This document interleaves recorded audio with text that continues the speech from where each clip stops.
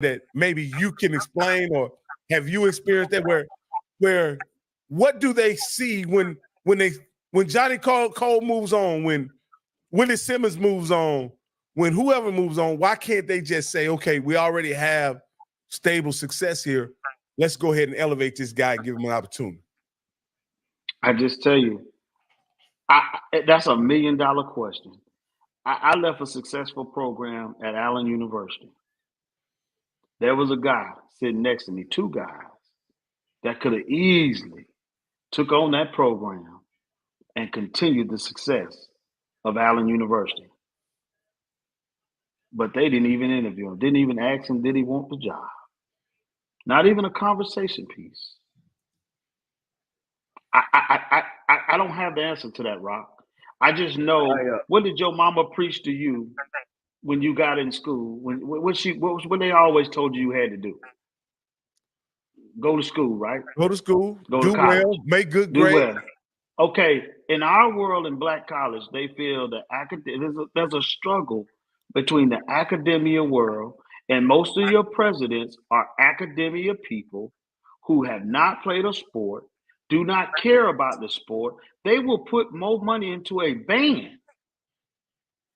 Hear me when I say this. When I was at Allen University, they flew the band to Central State and all the people that the vice president, and we rode the bus for 14 hours. Ain't nowhere in the country that would have ever happened. No. But at our institutions, the band carries more weight than a football program who could actually open doors. At every institution, when you go in the barbershop, the first thing they talk about, how your football team doing?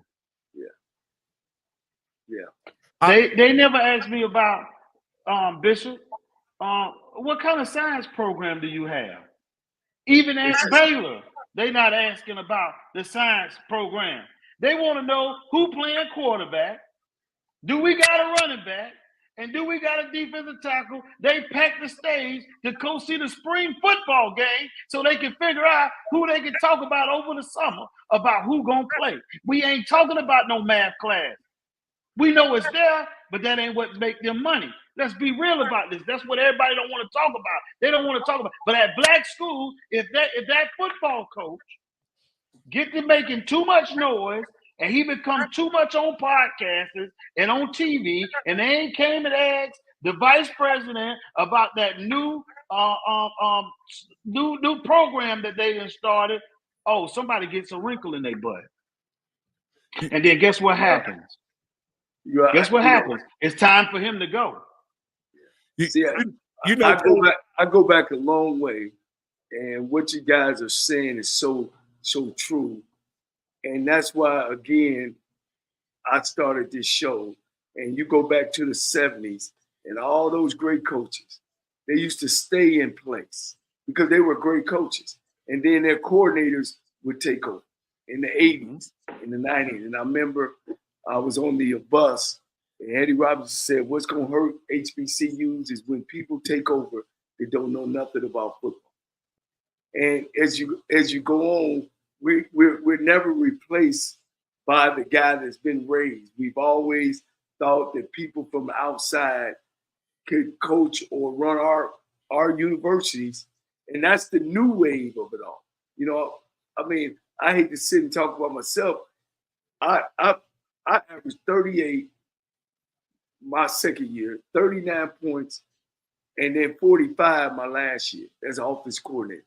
I don't think there's been not one black coordinator to average them numbers in the last 25 years. You know, you can put those numbers up against any color. Ain't been no anybody. Then when you look at LC Cole, the only coach that has won the OVC, black coach, he don't get no offer. He got to go to Alabama State. You look at Doug Williams, he don't get no offers. He got to stay at Grambling. Melvin Spears winning championships, he got to stay in there. You know, Rick Comegy go to 4 SWAC championships. He win 1. You know what his next job was? Mississippi Valley State. And they got rid of him after his 4th year. So it's just been a repetition of what Coach Keaton is talking about. what the question that you asked, Rocky, man, that is $1 million question. You know, Coach, why is it like that? One of the things that as a businessman, and I know that Bishop Campbell has been a businessman for a number of years as well. We look at successful business models, right? We don't try to invent the wheel. We try to look at successful business models and see how those business models perform over time and see what systems or processes we can implement from those business models that can work for us. I don't understand why these very smart men and women who've run these universities for the last 50 years haven't just taken the business model that has worked for University of Alabama, that has worked for Nebraska, that has worked for LSU or whatever, highlight and elevate the football team, the athletic team, and all those other sports and all those other services will be well funded, well represented, and be on. And you have a brand, a successful brand attached to your university, which ultimately, and I can say this because I grew up in Waco. When Baylor was losing, they were a little podunk Division I university off I-35. When Scott Drew started winning, or Brown started winning, Kid Monkey started winning, you should see the monuments that they have over on that campus right now. And now they showed up when the winning showed up. Now, I don't know how they got there, but I don't think it was a coincidence that all of those facilities, science buildings, marketing buildings, schools of business, all of those, that development that's happening also showed up at the very same time all the winning started happening. And I'm going to ask Bishop Campbell and bring him in. Why don't they replicate? Because you're an HBCU guy, that's why I'm asking Bishop Campbell. Why don't they replicate those successful business models? Well, you know, I think Coach hit it right on the head. There's a lot of, this is my turf. I own this. You stay over there. And, you know, it is disappointing. But, Coach, I want to ask you a question because you are at a very prestigious university, Clark Atlanta, a historic university. And I saw where Stanford, one of their recruiting pitches was they would show how much, if you went to Stanford as a football player and graduated, you made $100,000. And then they had another graph that showed if you went to Alabama, you made $60,000. So do you use, because I like what you said, you look for grad transfers. Clark has some amazing grad programs. Do you kind of use that to say, hey, if you come to Clark, we have these amazing grad programs that you can get and be a Clark alumnus and make a lot of money when you finish playing football with me? Do you kind of use that as a recruiting tool a little bit, kind of like Stanford does? Yes, sir. Let me tell you something. The first week I was on campus, I went to a recruiting fair. And I'm talking about every Fortune 500 company, Google, everybody was there. I watched one of my GAs that was already previously on the staff. He got hired by Caterpillar. He made $100,000, and he gonna say, Coach, well, I'm trying to make a decision whether I want to still coach football because it's my passion. I say, son, if you don't get your behind Philadelphia and get that money and leave us alone, I mean, it's a pitch because their grad program is phenomenal. It's the Howard of the South. It really has. The kids are leaving there in the way it's set up.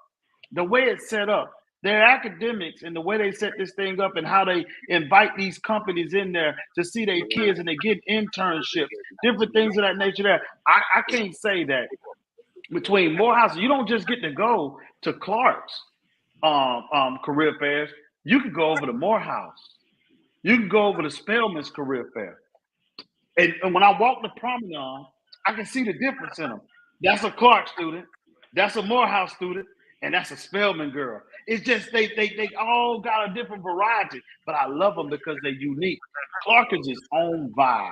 Yeah. I use everything I can because Clark is more the party school. They got it going on there. They're having a good time there. Morehouse they party a little bit, but everything about Morehouse is about Morehouse. They believe Morehouse is the brand, and because you went to Morehouse, you're gonna get whatever you're supposed to get. But Clark has a fashion They have a. I mean, when I walk a kid down that promenade, it's hard for a kid to tell me no after he didn't. After he didn't scream. I'm just gonna talk about it like I'm talking about it. It's hard if I take him on Wednesday and he walked down that promenade and he see 100 women and he only passed one dude in the last 10 steps that we took, and all of them are pretty, nice looking girls going to college, and he come there and he's a football player. Oh yeah, coach, I'm locked in. We say you got a recruiting pitch for him, huh, Coach? Yeah, Coach, I just take them to get the chicken, the calf, and let them sit in there and watch them walk around. And then the academic piece itself, the numbers show that they are really, really, and the vibe that we have going right now, I keep telling them, you got to be a vibe. That's why I loved about Coach Cole and them. When you came around them, there was something going to happen. They might have pulled up in a Cadillac or a limousine, or they going to have their suit on. Y'all remember the coach at I can't say Shine, the guy that was at Bethune-Cookman. It was gonna be something that was gonna catch your eye with that. That's the things that we have to do. Sometimes we gotta put it in their face. So we do the TikToks, all the stuff on social media. Coach Cole is very funny in his older age. Boy, I tell you what, we had to convince him because he didn't want no radios at practice. He didn't want none, but that's the kids we coach nowadays. When I go to the University of Alabama and they blasting all that music and they playing and we watching them, if you go to Baylor, that's what the kids do. I said, Coach, you got to do what they do. You got to make them excited about practice. You got to make them feel like they a world that don't communicate like we do. It's music in, the world out. When you try to call your kids, some of y'all got kids that's 16 to 17 years old, they playing the game and they got headphones on and you've been calling their name for 15 minutes. And then you got to go and kick the door in and say, hey, you didn't hear me calling you? Yeah, that's what I'm talking about. Hey, Coach, real quick, I want you to put your administration head on because we talk about financing and why HBCUs athletic programs. Of course, the state don't fund none of the athletic programs. And of course, they still, the nation still owe each dang black college probably $2 billion. And so we know we underfunded. But Rocky said some, and Bishop Campbell said something how businessmen think. What is the winning business model? And the PWIs, they have beat us to that model by putting money into the athletic program and by making it work. The thing that I was getting people to understand is when a season starts, the university gives the athletic program money, all right? And then I know on the 1A level, Division I AA level, then you go play your money games. But what happens is all your money that you play and get, it goes to a general fund. So then next year when you start off, you start back over again. You get so only the university gives you so much money. And I know on the lower programs, your NAIA, Division II, sometimes it goes by the enrollment of your football program, bringing in students, baseball. But all monies that you make, it goes to a general fund. I always said that if we play money games, let's take the money game money. If the school wants some, give them some, but then put it in a pot. Put it in a pot. So after a while, the football program especially can get off welfare. They'll have some money so that next year they already had. So now, instead of all the money that they make goes back to the general end, it'll go back to athletics. But that's what is my mindset, but that ain't how it works. When your board is made up of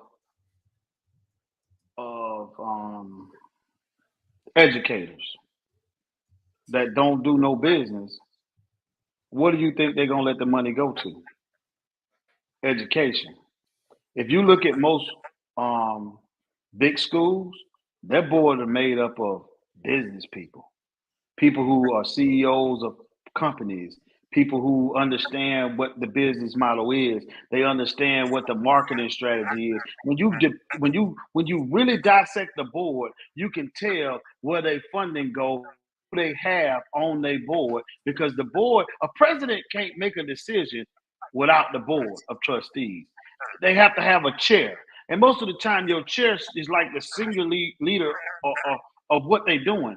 A lot of schools in our sectors, and in my time in doing this, we don't have enough money to do half of the stuff, because our schools are used as fundraisers. The football programs, the bands are used as fundraiser programs, basically. Basically, you are recruiting kids that you're not giving full scholarships to. Basically, for every kid you bring, you might be making the school $50,000. But that $50,000 can't go back into your program, because they might be lacking in money that's going in other areas. And a lot of schools, another part of black colleges, they're top heavy. Your VPs, your presidents, everybody that work there, they got 13 VPs that make $300,000-$400,000. So most of your salaries are coming up at the top. But when you look down in enrollment management, you got a guy down there trying to make enrollment, making $45,000 a year, and he gone from his family 90% of the time, and he out at every recruiting fair, but he can't really attract students there. Then the residence hall, it plays another role. The residence halls at most of the HBCUs have not even been updated or even been rebuilt. They still living like they in 1939. So when I go down to West Georgia, and they got the suite style rooms where I got my bathroom over here, and I got a living room area with a kitchen and things of that nature there. And you know, the most important thing now that's really killing black colleges is the residence hall, because every parent that want to come to school, what's the first place? Because the English at Baylor, the English at Alabama, the English is everywhere. It's the same doggone English. All right, it's just what it is. But when I go over to Baylor's facilities, they got a print station. They got a place for the kids to conjugate that you go in. We go into our residence hall. They ain't even got a working computer in there. They ain't got nowhere where they can print their papers at. The internet's spotty. It don't work there. They got little nice residence hall that stay open at 10 o'clock at night, that they can go get a late night snack after studying and different things of that nature there. We don't have those resources, nor do we really be looking to do those things. We're not student-centered. We need the student to go to school there so we can make the money off of them, so we can pay the bills. Because I've sat at the table. I've heard it. And I be always getting kicked, the table gets slapped on me because Coach King gonna think about the who. Well, if we fix that dormitory over there, we might could get 7 or 8 more kids to come to school here. But when I come over there and 3 of the shower heads don't work in the community shower that you got me bathing in the hallway, that most of them, you go coach a team now, they won't even take a shower or take their clothes off in front of you. They going in a closet somewhere to put their clothes on to come back into it. They not raised that. Even now you don't have Section 8 homes no more. You got apartment complex that they done turned into things. Now mom and daddy got a bathroom over there. The kids got a bathroom and they got their own rooms. So it's hard for a kid to want to come to school. Then most of the places don't even have visitations at some of the black schools because we think that's taboo. So now when they go over this school over here, they got visitation to a certain time of the night. The dorms, like I said, it's bad. It's a hard sell. The one thing I love about Clark Atlanta, and I'm gonna tell you what sold me on Clark Atlanta, they got the suites. Wow, they got Berkeley. And then they got this place that they call Section 8. Section 8 is still better than some people's dormitories at certain places. And that's what you got to sell these kids on. Where you live means a lot. You ain't going to just live in a shack, right? So a lot of this is why we can't get good football players and a lot of things like that. Then you go into their multi-dollar facilities. They go in and they got a section where they can get a smoothie. They got nuts. They got protein shakes, pre-game workout shakes. They got fruities that they can eat on the way out the door. They got water cooler stations that's stationed everywhere with Gatorade in them. You go to a black college, we got to deal with Coke. But guess who got to deal with the Coke? The athletic department can't even get no coolers. But the student affairs section got all the Coke deals, and they barely won't even send you a Coke down there to put in your office. So ask me this, Coach. Ask me this. Then how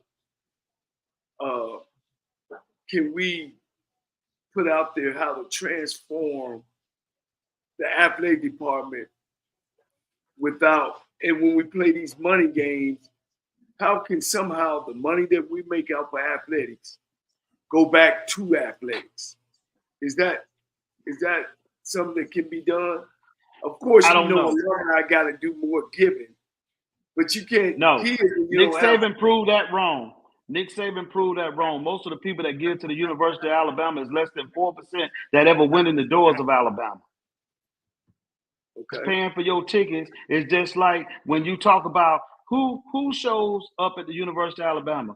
The rednecks that's down in the woods that want to be Roll Tide, and they pay their whole check to go see the Alabama Roll Tide. Those are the people that give. The people that give money are the people who have the money. But the people who are fans that's paying for tickets, we like to talk about how black people don't give. White people ain't giving either. Most of them in student loan debt when they get out of school. Who got money to be able to give back to a school? You paying Fannie Mae and Sallie Mae all the way up until you 60, and you got a 30-year mortgage, and you got 2 kids, you got a couple cars out there. What do you got to give? The church got to get its 10%. You know, Coach, this is where the business model of PWI football said, we're not going to worry about what school you went to in order to support us. That's right. You can be an Alabama fan if you got a GED. You can be a Nebraska fan if you can't spell Nebraska. You can be an Oklahoma fan just because you like Jamel Holloway and Adrian Peterson. You understand what I'm saying? And correct. They made those guys college stars. They made the schools regular household brands, and you didn't have to have a connection to the school in order to have that relationship. I said this, I've been asked this 1,000 times when I started supporting black college football. What school you support? What school you go to? I just like football, man. I didn't go to an HBCU. I just like football. And then the fan base will say, you don't get a vote. You don't get to talk noise. You don't get to participate in our banter because you don't have a school. And I think that in and of itself separates HBCU football, black college football, from black people. Right. What I just say, it goes back to what I said. It ain't them that's killing us. It's us that kill us. Yeah. Well, Rocky, Rocky, I love you. You just ain't swag. Hey, put it like Look this. Look how much money we spend. Y'all think about this, guys. Think about how much money we spend on everything. I think it was like $3 trillion last year. Cause we spend more money than anybody else to spend, but we ain't gonna give it to somebody else, especially if we think it's gonna make another NIGGA rich. You know, but I will say this, in Coach, I just think HBCU fans, HBCU faithful, HBCU schools have to invite black people to the party because it's one hell of a party once you get here. Ain't nothing like it in the world.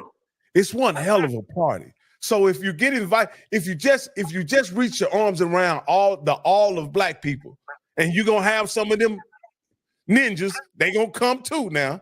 Because you can't sift us out. They gonna come too. But they already here. Because I've been to the games before. They already here. But my point in saying that is that we need a Big Ten approach to black college football to where we embrace not only people who have an affiliation with the schools, but the entire black community and bring them in under the umbrella and show them what is offered. And through that experience, I think you're going to educate more black kids.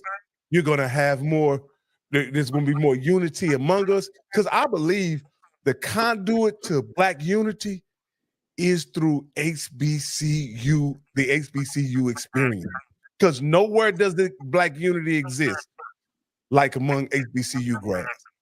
And I'll just but Rock, when I say you talk about the HBCU experience, we got to do a better job of putting on a show. We got to do a better job of our living situations. I think that when you go to a black college game, I've been to many white college games when I, had time and free time to go. If I got a bye week, I'm going to one of the games. Like when you go to Alabama, I'm an Alabama boy, so I go. Let me tell you something. It's an experience. We ain't just talking about watching the game. It's an experience. People spend money for experiences. If I'm going to spend $200 for a ticket, I need to know that I'm going to have an experience there. When you hear the music, they play all our music. They bands now have learned, they hiring black band directors just so that they can put them guys in the stand and you up there hear them playing. We the only guys, we play songs. They bring Curtis Mayfield or whoever they can get out there just to get it to happen. I'm just talking about what I'm talking about. I see it. And I'm like, man, this I know promoter Al Wash, who promotes the Prairie View Grambling game. He promoted the Space City Classic. And that's what he said. He said, Cole, it ain't about the game. It's about what surrounds the game. You got to, as you say, Coach Key, you got to make it entertaining. And he does a super, super job of that. Matter of fact, I'll have him on my show to talk about stuff like that. And this is an interesting comment. And Ronald Hunt puts up, when I go to HBCUs, I wonder if I'm black enough for them when I attend the games. You know what? I don't never wonder if I'm black enough, but but you will often get challenged on your affiliations and what your connection is with HBCU football and HBCU sports. That's not something that happens when I go to Baylor games or University of Texas games or SMU or anybody else. They don't ask me, what year did I graduate from SMU or no, but Rocky what they'll ask you is they say whose father are you? Because they won't assume that you went there. They'll ask you who you somebody daddy. See, that's the difference. That is the difference. So see, there is many times the stereotype of if you in the stands, somebody on that field, you must be their daddy or their mama. So don't tell me that, because my cousin played at Auburn, Marcus McNeil, who played for the San Diego Chargers. And his father was educated, his mother was educated. And all they would say to them is, when they would go to those games, who is your son? Not that you went to Auburn. So there is something to that. Let me say this. And Rocky, you have been with FAMU with me. You came to FAMU. FAMU people treated you good. We went down to Alabama State. Those people opened up their arms, treat us well. I think what people see, and Coach has kind of talked about this. I was watching a Colorado broadcast, a podcaster, and those guys were so caught, and this was numbered all black people, and they were so caught up with Colorado, and they couldn't even find Colorado in the map. That's when you see black people get upset, because you would do more for them white folks. I mean, these folks, they had 30,000 people watching this podcast talking about Colorado, where they only got 5% that black people go to that school. And these folks was more worked up. 5% where they live at, Coach. Yeah. Well, exactly. Less than that. Right. And these were all black people. Man, you would have thought that Jesus Christ had died because Kamani McClain and Edwards got in that portal. And that's what we kind of get offended by. We were like, well, why don't y'all give us this much energy? That's what we kind of get upset about. Give us, like what Coach says. When Coach goes out there and he's at one of the most historic schools at Clark, Atlanta, and you got somebody that will root for Georgia harder than will root for Coach. That's what we get upset about. Why don't you downgrade you, Bishop? Thank you. You live in Atlanta, and you will have that Georgia G all on going up there when you can come over. So that's where, Rock, I think the disconnect happens when we see that. Because what I will say, because like I say, there's not one person can ever tell me if they have ever been to any HBCU game that somebody treated you bad. Because somebody gonna offer you a plate, and somebody gonna say, "Here goes a seat." And if you know the right person, here goes some liquor too. So I'm just telling you. Man, who you with now? I must admit, I was with some VIPs when I was at FAMU at Alabama State. So I'm not going to say that may not be typical treatment for just. Oh man, we treat everybody good. We treat everybody good. And the reason why I say that, because Coach is in Atlanta. So when Coach is playing on a Saturday during the day, instead of you watching Georgia play or Georgia Tech, how about you come support? Because like the coach said, the way we make money is you actually pay for a ticket. So, Coach, I'm going to big up people saying to come out on a Saturday and see all them pretty girls and pretty women. The alumni pretty too now. You know what I'm saying? The alumni are pretty too. And get the experience that, Coach, that you're offering for Clark Atlanta. That's what I really want to see. I want people to adopt your team. If you're in Atlanta, adopt Coach's team. Not adopt Georgia. Not adopt Georgia Tech. Not adopt Alabama. Adopt Clark Atlanta. I always tell people, man, people give money to people. They don't give money to buildings. So as you say, Rocky and Coach Keaton, as you say, man, you know, you just got to get out there and meet people and hire the right people. You got a hard guy that comes in the room and lightens the room up. You know what I mean? Whether it's the president, the AD, or the head football coach or basketball coach. You got to hire those guys who's not shy from the camera, you know, and that's one of the biggest things. Well, I'm excited about Clark Atlanta football. I'm going to tell you that now. I love everything about Clark. I'm trying my best to make it be what it need to be. And before you know it, the world going to know that Clark can play football here because I got the right people around me that's going to push me every day, that's going to push the kids every day because we have a point to prove. I love these type of jobs because you can't sleep on these type of jobs. It's when you make it. It's when you start getting lazy after you win that first championship. It's got to mean something to you. This is a legacy. This is something that I wish that I can turn around and I make it what it need to be. I'm treating this like an internship. I'm up every morning bright and early, and Coach Cole sent out a text early in the morning. I don't think he sleeps, but at 5 o'clock, it says it's time to go to work, gentlemen. And I love it. And if I don't get that text at 5 o'clock in the morning, I'm gonna text him like, did he pass or something? What's going on? Like, what's wrong? Why you ain't texting us this morning? And you know what? You guys completely messed up our breakfast plans when Coach Cole came to visit y'all. Y'all had him on the field at 6 in the morning. Let me tell you something. I miss my idol. I tell him I miss Coach Cole. I did not get to take a picture. I got a picture with everybody that I love, and I got a picture with him, and I got to take one with Johnnie Cole so I can have it and put it in my, you know, what's going on there. I try to find all of them. You know, when I met Joe Taylor and those guys, man, I had to take a picture. I mean, I'm at the middle of FCA, and I see Joe Taylor, and you'd have thought I had saw Nick Saban. I was like, hey, I got to see my man. Y'all Those are the ways that people, you know, when you look at it, that's the stuff I like. I idolize these people. Ms. Griffin, yes, I coached at Stillman, Allen, and now Clark Atlanta. Those were the places that I was the head coach at. King, she said you did it. You was on point. That's right. She right. I did it. I'm gonna do it here. I'm going to do it here, and I'm telling you that now. You're going to speak it. There's power in your words, and we make sure we tell our kids that we got to believe it first before it ever happen. And I tell them, just keep carrying the water till it turn to wine. Every day ain't going to be a pretty day, but the slogan here this year is outwork yesterday. So every time we look up, we're going to outwork yesterday. Yeah. Well, we working on our calendar, Coach. And, of course, you know, when you play Central State, you know, I had 3 brothers that played for Central State and another 2 went to the school. And that's kind of been on my target to make it there. Hopefully, me and the guys, we can come there and do our show from Clark Atlanta, you know, when you play Central State. You don't have that date on you.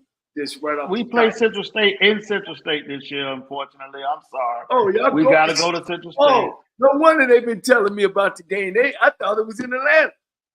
No. But y'all can come to Atlanta. You're welcome anytime. I will set it up. I will have you where you need to be. And we're going to give you the sweet black college treatment. We're going to have a plate for you. We're going to get the band to come in with you. I'm telling you now, the one thing I like about it now, I got a buzz going on here. I got a buzz going on around here. They loving it. They're going to follow. Like I told them, it ain't going to be easy. It's going to look ugly before it get good. Yeah, but you heard it here on y'all church, on y'all show, and we live. We gonna do it now. Let me give a shout out to Moses. Coach, bring that back up. Coach Moses, he is the new head coach at Lincoln University. So Keaton, y'all need to talk. Maybe y'all can get some type of game going there. But Coach Moses, thank you, for reaching out. He's the new head coach at Lincoln University. You will be one of our guests here, and I appreciate you. So I want to give him a shout out real quick. And he looking forward to trying to turn the program around. Will I give Tuskegee a contest this year? We take it one game at a time. My first game is Fort Valley. That's what I'm focusing in on. When I get to Tuskegee, when they get there, we'll be there. We're going to show up. Coach, boy, they got you jumping out with Fort Valley open the season. I open the door with Fort Valley. And let me tell you something. What a great coach they have, man. He is a great mind at football, and I really like what he does. I like how you can see he has you mentioned the coach. I can't think of his name. He almost had a big payday, coach. He almost got a big payday. He almost got it, but let me say this now. Now, the guy's an excellent football coach. I know it's some FAMU people on here, but they would have got a good football coach because he brings it. He's very strategic in what he does. He was taught by some really good people, and for him to just been a running back and not have been a coordinator, I was really impressed because he gave us fits in a lot of things that he did. And to have to start my career coming from here to going to here, going over to Clark Atlanta, and I got to open the gate with it. I was like, Coach, I tell Coach Cole every day now, we got the Valley coming now, and they coming now, so we got to make sure that we ready for him, and we almost beat him down there, and guys, he is, boy. Don't mention it to Coach Campbell, because Mr. Campbell, because it brings up bad memories. He almost was a rattler, and and Campbell almost had a heart attack. Hey, Coach, listen, I'm gonna say that he's where he needs to be at. You know what I mean? That's he's coaching the right program, Coach. That's all we gonna say. That's all the Rattlers gonna say. He coaches the right program. Hey, Coach Keaton, boy, if you was a part of the Florida and him making that head coaching choice, boy, that cat there was leading the flag. You're like, no, man, we need to get that job to the people that's there. We don't need. Well, I can't disagree with him. I gotta, but let me say this here: the choice that you guys had picked, he's not a bad football coach. He's just a very unknown football coach, and maybe he made some piss poor decisions over his lifetime and doing some things differently. That he probably, when we're young, we do things that we shouldn't do. But as a coach, as an X and O strategy, as a recruiter, and bringing in the type of players that he's brought into Fort Valley. And it's interesting to see what he got now because he keep everything close to his chest. But let me tell you something. He's a good strategist. And it's old school football. He's old school football, and he plays it well. Coach, it's one of those situations that where he may have been the right guy in the wrong situation. It had nothing to do with him. Why he wasn't selected. It had everything to do with who selected him. And that was the issue in and of itself, Coach. And I hope the coach of Fort Valley has a lot of success other than when he plays Clark Atlanta this upcoming year. And we're gonna leave it right there because, like I say, the guy was, he had a very successful program. He had a winning record. He just wasn't who FAMU wanted. And they have a right to that choice. And I'm just saying, speaking for Sean Gibbs, he is a good football coach, and I've played him on numerous occasions. I've watched him. I am over the Head Coaches Association of the SIAC, and I'm a part of the D2 Connect. And I think he's done a tremendous job with Fort Valley. I think he strategizes perfectly for Fort Valley. All right, WMS, we know you good. Rocky, let's move on before I get beat up. Hey, Keaton, they be on, and look, they be on, we bring coaches on here. We don't just be talking to them. We get facts. We get That's facts. Right. Well, like I didn't if Coach Gibbs or Coach Gibbs' mama's watching, or Coach Gibbs' wife's watching, I didn't want them to get the idea that we had anything against or the fan base had anything against Coach Gibbs. It wasn't against Coach Gibbs, not at all. and I'm glad that you came on here and mentioned that he's a quality coach. He just was selected by the wrong person. That's it. Hey, I think Coach T, I'm putting you on the spot. Hey, look, I'm looking for my plane ticket to the football camp, the clinic. Something you always throwing something to raise some money. Yeah, well, I'm telling you now, I'm gonna bring you down, and you're gonna do some clinicking with us. See, I haven't had a chance to get that one-on-one Johnnie Cole football because, like I tell people all the time, I know how to undress myself, and I know how to pay respect to people who've done it. And when you talk about a guy who's done it at a high level, and like I say, most people won't give y'all flowers, but in black college football, you guys need a statue. The Cole brothers, Pete Richardson. There's a lot of guys that's done really well in this game, and they never got the opportunity to move on. I think, I'll give another guy his flowers that I really felt that was a really good ball coach that finally got a chance after 35, years of trying to get a football job. Coach Berry. Coach Berry is a tremendous offensive mind. How he lines it up, the games he plays with what he does, man, he'll make you. He will make you work to beat him. And I seen it firsthand. So I thought South Carolina State made a real good hire. And and I'm one of the people that's not gonna just talk about myself. I know I'm good, and I believe that I'm good. It's for somebody else, and I don't have a job to give nobody. I'm not the president to hire nobody. But at the end of the day, when I see people that are good and that do a good job, hey, you got to give them their flowers. You watch how their program is ran, how they organize it, and then you watch these guys get hired, or what Rocky and Bishop was talking about earlier. Like, dude, y'all, that's the best y'all can find? Like, there's other guys as coordinators that's really good at what they do. And you mean to tell me, but it's somehow the PWIs, they don't miss. They took them 72 hours. Hell, I want to say 48 to replace the guy at Alabama. Why does it take us 16 months to pick the wrong guy? Hey, Coach, let me ask you a question, and you and Coach Cole can expound on this.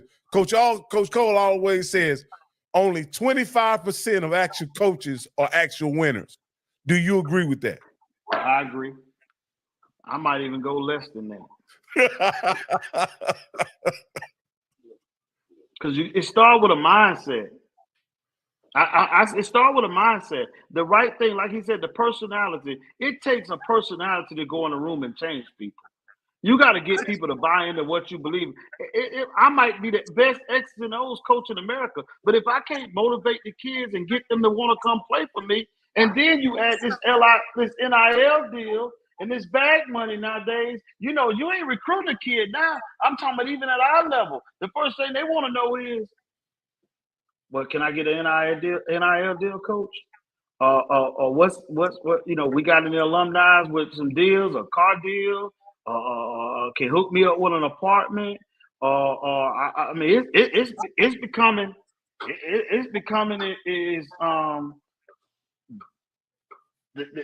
hell.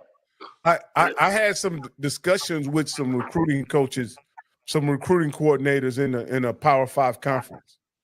And he said, Rock, man, it's crazy. He says, right after, hello, my name is Coach So-and-so, and the kid introduces his name, and the next question is, how much?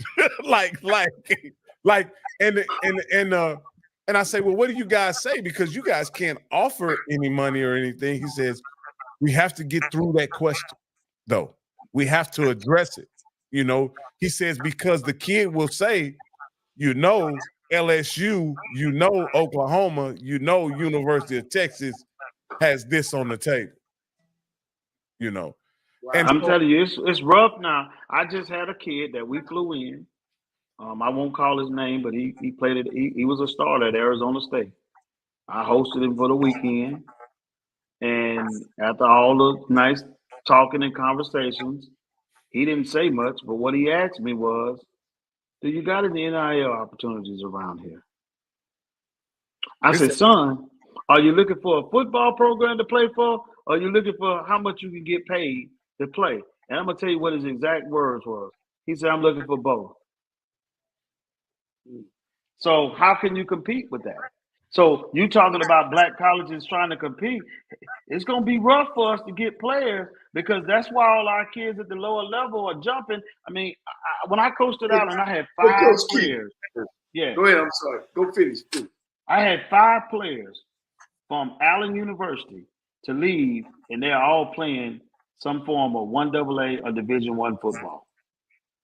Now that's big. Now, let me say this, guys, to you guys, and a guy like Coach Keaton, a guy like LC Cole, can get at an Alabama State, a Jackson State, a Grambling, and build an NIL. I'll put my paycheck on that. It's going to have to be the white HBCU coach to be able to get out there and hit them. Because see, when LC was at Tennessee State, LC had a Cadillac. He got a Cadillac every 6 weeks, Rocky. You know what I mean? We had places there we ate at free every day. It's the same principle. But you got to get out and sell your program. Now, Walmart, if they give money to Alabama, they'll give money to Alabama State. You know what I mean? It might not be at that level, but it's the right black coaches to be able to come in there and sell the program. We was at Alabama State.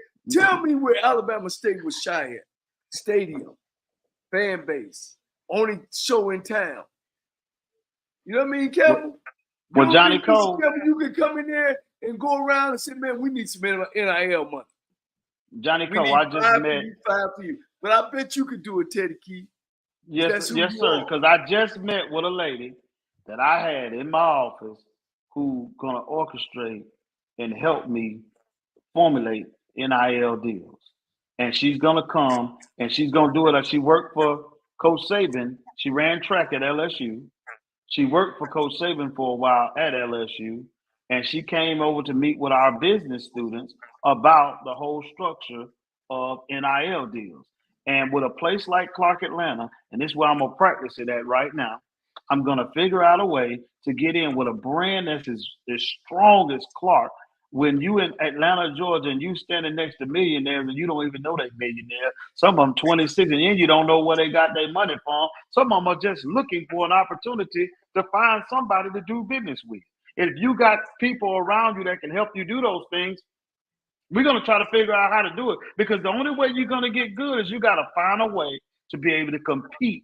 Even if it's a small piece of that pie, you're going to have to find a way to compete at this level for those schools who have maybe alumni or, you know, those places like Tuskegee who are in small towns who have a Peachtree Ford dealership down the street down there that they're willing to do business with their local football team. You got the Kentucky Fried Chicken that's willing to. I coached arena football, so we had to go out and find these deals for our kids. We had to feed them. We had to find places for them to live, and we had to sell dasher boards. We had to sell all this stuff here. So a lot of my marketing skills that came from arena football are now got to come into play to help me find things that maybe I could get them 2, 3 free meals a piece of chicken at nighttime that they can eat when they go back to their dormitory room. Or maybe I can find them somebody that'll say, we'll let you lease this car as long as you don't take it over 30,000 miles, and this kid can get a car lease dealership with his name on it. All we ask is that he come in front of the dealership every 4 or 5 days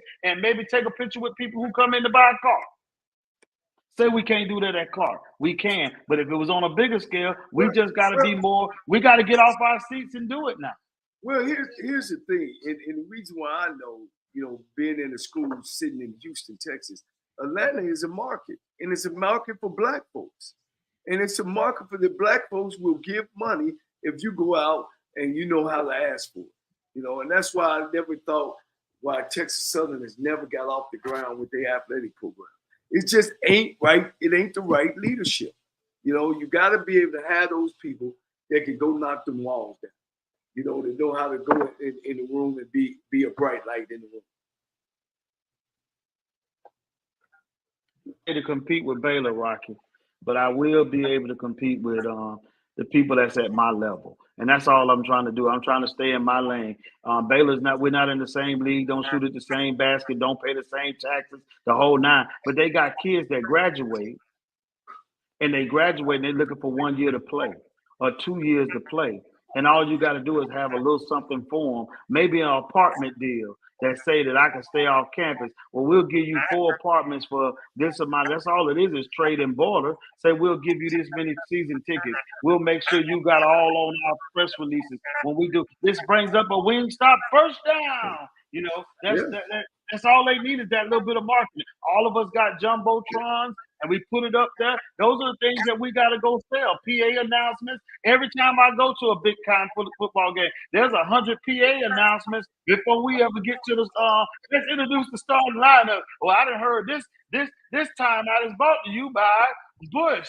Whatever it is, we're drinking Bush today. You know what I'm saying? It is what it is. We got to find a way to sell that.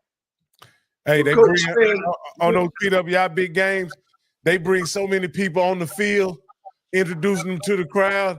This is so-and-so at your Kia Ford dealer, or you know what I mean? That's right. Ain't got nothing to do with football or nothing. Just bring them on the field, man. But, Coach, this has been an amazing interview. You've been on with us for an hour and 45 minutes, man, and I want to thank you for your time. I want to give Bishop Campbell some time to ask your last question. And, of course, I'd like Coach Cole to give you formal salutations as we allow you to get off here and go home. I'm sure you got some work to do, Coach. Maybe not time of night. But, Coach, I don't have any questions, but I do. As they say, we're in this age. So why don't you just tell people about your program, how they can follow the Clark football, on social media handles and things like that. Why don't you tell us that? Well, you can follow us on Twitter at Clark Football. You can follow us on Facebook with Clark Football. It's wide open, man. We're on Twitter, Instagram, wherever you want to find. Just find Clark Football, and we there not with an E, just with a K. So make sure you follow the right Clark Football, because there's another Division II school called Clark College, but we Clark University, Clark Atlanta University. And I thank you on the behalf of our president, George French, our athletic director, Dr. Jarrell Drew. We are here to change the culture. Outworked yesterday, and thank you guys for having me and giving me an opportunity to be able to share this space with you guys. Appreciate you, Coach, man. As I say, I'm excited about the football program, and anywhere you go, you've always won. I look for you to do the same thing. Hey, I didn't pay you for saying those things about me. I appreciate that. All I've ever tried to do is to do my best, and always, I believe in each one, teach one, each one, bring one. So I appreciate you coming on my show. Of course, we're going to be back at you during the season. I look forward to seeing you this summer at the clinic or the camp. And good luck the rest of the year. Thank you, guys, man, and God bless you.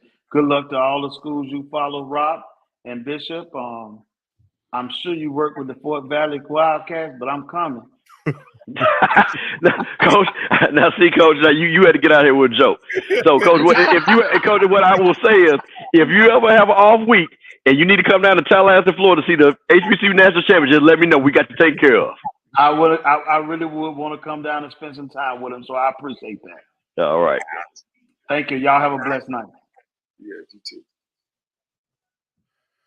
All right, man. Hey, that was a great interview, man. And then we ran a little long, but we got to pick up this NIL conversation. Maybe we'll do it next week sometime and talk about it a little more, because there's a lot of misinformation out there regarding NIL. But hey, we've been on long enough, guys, and I just want you to take us out, Coach Cole.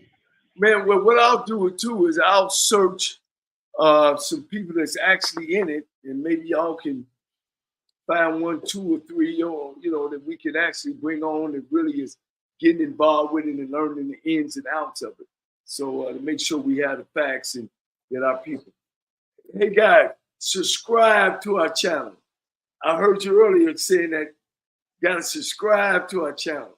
If you want to put our show on the road, is it somewhere they can send money to? Yeah, they can super chat, and they can become a member of our show, man. They can become a membership. It's just $1.99 a month. All proceeds go toward us actually going out, doing shows on the road, and just providing you with much better content as the season rolls around. So those memberships are very important. Just go ahead and select membership. It'll be automatically billed to you every month. That's $1.99 a month to become a member. And you can get the membership go to YouTube. Yes. HBCU Coaches Corner. Yeah, just go to the channel. Yeah, just go to the channel. Just go to Rocky Miller channel where the HBCU Coaches Corner is streamed. Hit membership. Boom, you got it. You're a member.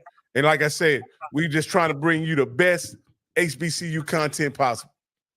All right, thank you. As always, man, inflation is high, and groceries are high, and gas is high. Man, don't panic.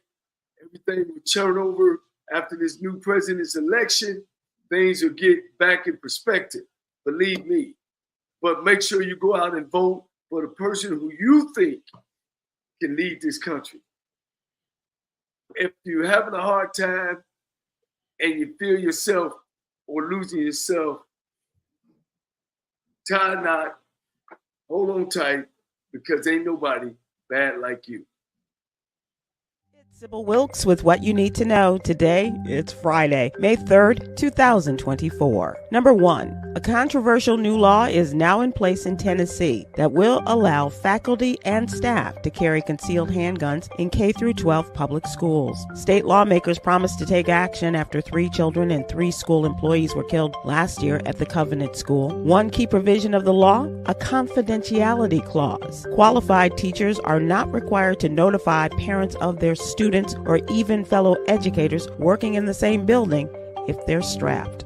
Number 2, President Biden is persisting in his efforts to establish nationwide tuition-free community college. Advocates argue that free college offers a more comprehensive solution to the college affordability crisis compared to loan forgiveness with growing bipartisan support. Critics argue that lower-income students already benefit from significant financial aid, raising doubts about the program's ability to address access issues comprehensively. Number 3, the U.S. black unemployment rate increased to 6.4% in the month of March, higher than the overall rate of 3.8%. Black women were more affected, with their unemployment rate increasing from 4.4% to 5.6%. DEI, of course, diversity, equity, and inclusion initiatives, are facing challenges, with high-profile black female executives losing jobs and companies cutting DEI teams.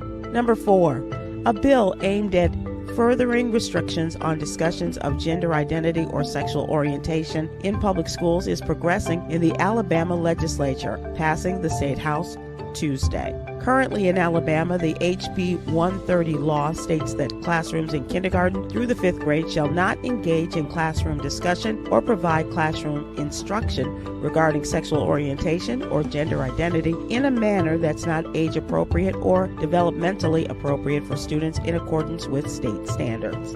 State Representative Mac Butler, the bill's sponsor, said in a March hearing the bill is a response to some indoctrination going on. He said the bill seeks to purify the schools.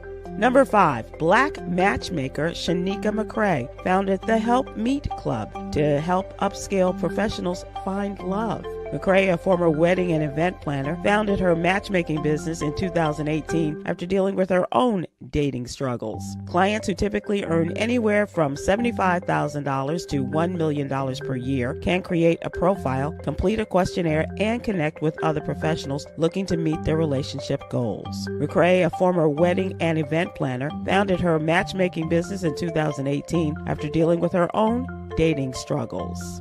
And now, daily inspiration from Yogi's Jewels. Life is a series of choices. Let's all choose to be faithful, even when hard times are looming. I'm Sybil Wilkes. Be informed, be empowered.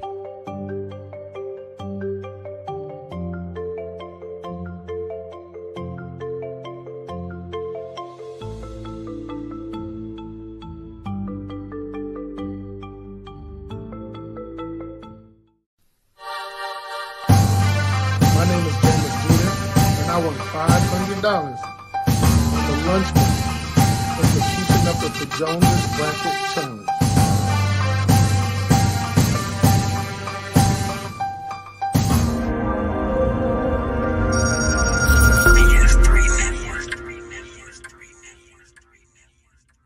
BS3 Network, changing the way you watch TV.